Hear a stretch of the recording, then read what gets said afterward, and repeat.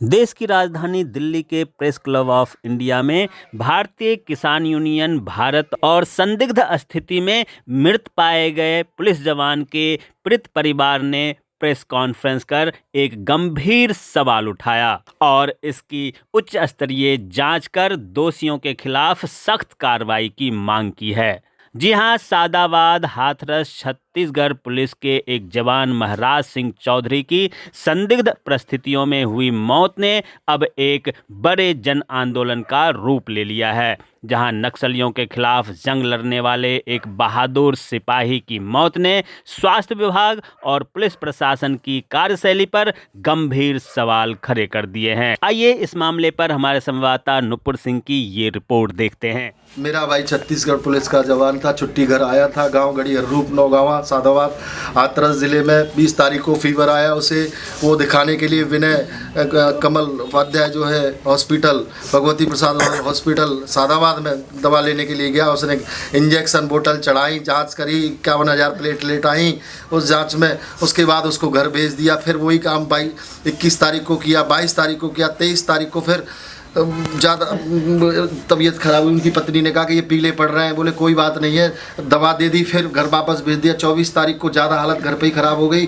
Revati Baldau hospital में लेकर के आए। उस हॉस्पिटल में जांच में पता चला कि इसकी प्लेटलेट भी और डेंगू मलेरिया सब और खून जो है 8.5। उसके बाद मेरे पास आगरा फ़ोन आया, मैंने कहा आगरा लेके आओ। आगरा जैसे प्रभा हॉस्पिटल पर पहुँचा है, भाई की जान चली गई मेरे हाथों में।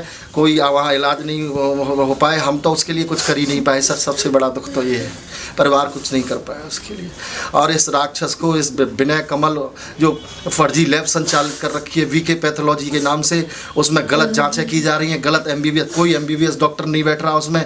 अपने बोर्ड पर इन्होंने बीएमएस लिख रखा है, विनय और कमल दोनों बीएमएस लिख रहे हैं बोर्ड पर, जनता को भ्रमित कर रहे हैं। लोगो उन्होंने गलत लगा रखा है। ये सारी चीज़ें जो है हमने बाद में पता करी हैं। वहाँ पे बहुत बड़ा कारोबार चिकित्सा के नाम पर किया जा रहा है। सीएमओ हाथरस सम्मिलित है और हमारे साथ जो अन्याय हुआ है ना, वो इंस्पेक्टर योगेश और ये क्या नाम है अमित पाठक, इन्होंने हमारी प्राथमिकी दर्ज नहीं की। पहली बार हम गुहार लेकर, न्याय की गुहार लेकर के इनके पास गए थे, मेरे पिताजी स्वयं गए थे, लेकिन इन्होंने एफआईआर नहीं ली, हमें गुमराह करते थे। उसका परिणाम ये हुआ कि सर लोकतांत्रिक धरना देना पड़ा। वहाँ में भी गलत आश्वासन दिया, गलत जाँच रिपोर्टें दी गई, हमें गुमराह किया गया। उसके बाद सर मैं जिला प्रशासन हाथरस जो है डीएम है उनके पास गए सर। उन्होंने सर ऐसे शब्द बोले कि हमें आज रात भर दिन रात हमें परेशान करते कि पैसा ले लो, पैसे के लिए आप कर रहे होगे ये सब।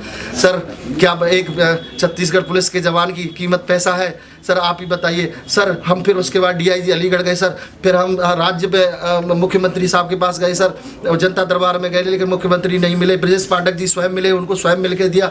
आयुष निदेशालय, स्वास्थ्य निदेशालय, आपका गृह सचिव, स्वास्थ्य सचिव, सर हम सब जगह गए, लेकिन हम अभी तक उस डॉक्टर के खिलाफ कोई कार्रवाई नहीं हो पाई है। प्रथम दृष्टिया जो रिपोर्ट होती है वो भी नहीं हो पाई है सर। हम न्याय की गुहार लगाते हैं। राष्ट्रपति जी, बुलडोर बाबा जी आप के नाम से जाने जाते हैं, और प्रधानमंत्री जी से हमारा हाथ जोड़ के विनती है, हमारे परिवार को न्याय दिलाया जाए, न्याय दिलाया जाए। मेरा नाम चौधरी पुष्पेंद्र सिंह है। मैं राष्ट्रीय अध्यक्ष हूँ भारतीय किसान मजदूर यूनियन भारत से। हमारे ही संगठन के राष्ट्रीय मीडिया प्रभारी चौधरी महिपाल सिंह जी के छोटे भाई जो है छत्तीसगढ़ पुलिस में तैनात थे, उनका नाम महाराज सिंह है।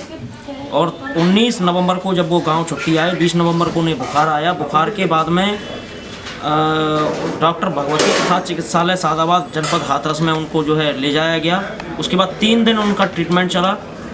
23 तारीख तक उनका ट्रीटमेंट चला। 24 तारीख को उनकी प्रभा हॉस्पिटल के गेट पर आते आते जो है हमारे मीडिया प्रभारी जी के हाथ में जो है मृत्यु हो गई।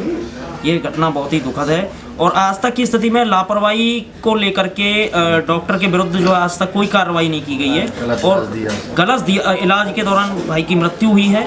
और संगठन इसमें पूर्ण रूप से शुरू से ही साथ में रहा है और धरना प्रदर्शन तमाम जो है कार्रवाइयों के लिए दर दर की ठोकरें जो है परिवार खाता हुआ नजर आ रहा है, लेकिन कोई भी सुनवाई उत्तर प्रदेश सरकार की प्रशासन की तरफ से नहीं की गई है। और मैं आपको बता देना चाहता हूं कि वहाँ का जो प्रशासन है, जिला प्रशासन पूर्ण रूप से बिका हुआ है और सारे लोग उसमें लिप्त हैं। क्योंकि पैथोलॉजी वहाँ की जो है फर्जी है।